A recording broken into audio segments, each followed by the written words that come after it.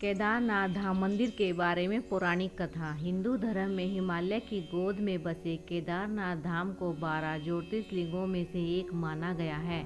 हिंदू पुराणों में साल के करीब 6 महीने हिम से ढके रहने वाले इस पवित्र धाम को भगवान शिव का निवास बताया जाता है।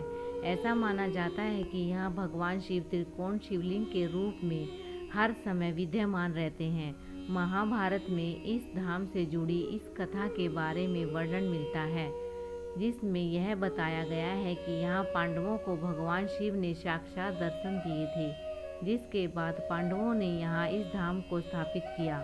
तो दर्शकों, आइए मिलकर जानते हैं केदारनाथ धाम मंदिर के बारे में पौराणिक कथा।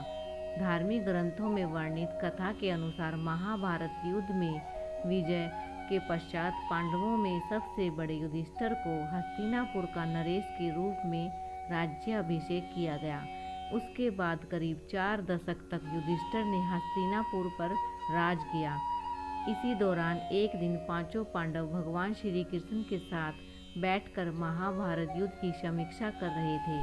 समीक्षा में पांडवों ने श्री कृष्ण से कहा, हे नारायण, हम सभी भाइयों पर ब्रह्म हत्या के साथ अपने बंधु बांधवों की भी हत्या कलंक है। इस कलंक को कैसे दूर किया जाए? तब कृष्ण ने पांडवों से कहा कि ये सच है कि युद्ध में भले ही जीत तुम्हारी हुई है, लेकिन तुम लोग गुरु और अपने बंधु बांधवों की मरने के कारण पाप के भागी बन गए हो। इन पापों के कारण मुक्ति मिलना असंभव है, परंतु इन पापों से सिर्फ महादेव ही मुक्ति दिला सकते हैं। अंत महादेव की शरण में जाओ। उसके बाद श्री कृष्ण द्वारका लौट गए। उसके बाद पांडव अपने पापों से मुक्ति के लिए चिंतित रहने लगे और मन ही मन सोचते रहे कि कब राजपाट को त्याग कर शिवजी की शरण में जाएं। उसी बीच एक दिन पांडवों को पता चला वासुदेव ने अपना शरीर त्याग दिया है और वे अपने परम धाम लौट गए हैं। यह सुनकर अब पांडवों को भी पृथ्वी पर रहना उचित नहीं लग रहा था। गुरु, पितामह और सखा सभी तो युद्ध भूमि में पीछे छूट गए थे।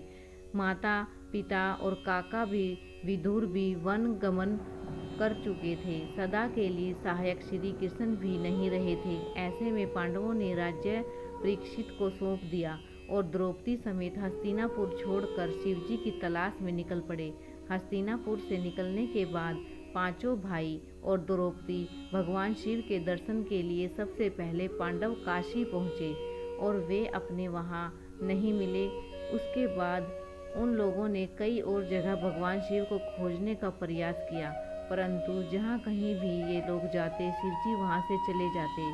इस क्रम में पांचों पांडव और द्रौपदी एक दिन शिवजी को खोजते हुए हिमालय तक आ पहुँचे। यहाँ भी जब शिवजी ने इन लोगों को देखा तो वे छिप गए, परंतु यहाँ युधिष्ठिर ने भगवान शिव को छिपते हुए देख लिया। तब युधिष्ठिर ने भगवान शिव से कहा, हे प्रभु, आप कितना भी छुप जाएं, लेकिन हम आपके दर्शन किए बिना यहाँ से नहीं जाएंगे। और मैं ये भी जानता हूँ कि आप इसलिए छिप रहे हैं क्योंकि हमने पाप किया है। युधिष्ठिर के इतना कहने के बाद पांचों पांडव आगे बढ़ने लगे। उसी समय एक बैल उन पर झपट पड़ा। यह देख भीम उससे लड़ने लगे। इसी बीच बैल ने चट्टान के बीच अपना सिर छिपा लिया। इसके बाद भीम उसकी पूंछ पकड़कर खींचने लगे तो बैल का धड़ सिर से अलग हो गया और उस बैल का धड़ शिवलिंग में बदल गया और कुछ क्षण पश्चात शिवलिंग से भगवान शिव प्रकट हुए। शिव ने पांडवों के पाप क्षमा कर दिए।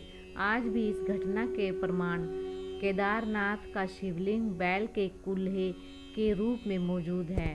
भगवान शिव को अपने सामने साक्षात देख पांडवों ने उन्हें प्रणाम किया और उसके बाद भगवान शिव ने पांडवों को स्वर्ग का मार्ग बतलाया और फिर अंतर ध्यान हो गए। उसके बाद पांडवों ने उस शिवलिंग की पूजा अर्चना की और आज वही शिवलिंग केदारनाथ धाम के नाम से जाना जाता है। दर्शकों, क्योंकि यहाँ पांडवों को स्वर्ग जाने का रास्ता स्वयं शिवजी ने दिखाया था, इसलिए हिंदू धर्म में केदार स्थल को मुक्ति स्थल माना जाता है। और ऐसी मान्यता है कि यदि कोई केदार दर्शन का संकल्प लेकर निकले और उसकी मृत्यु हो जाए तो उस जीव को पुनर्जन्म नहीं लेना पड़ता।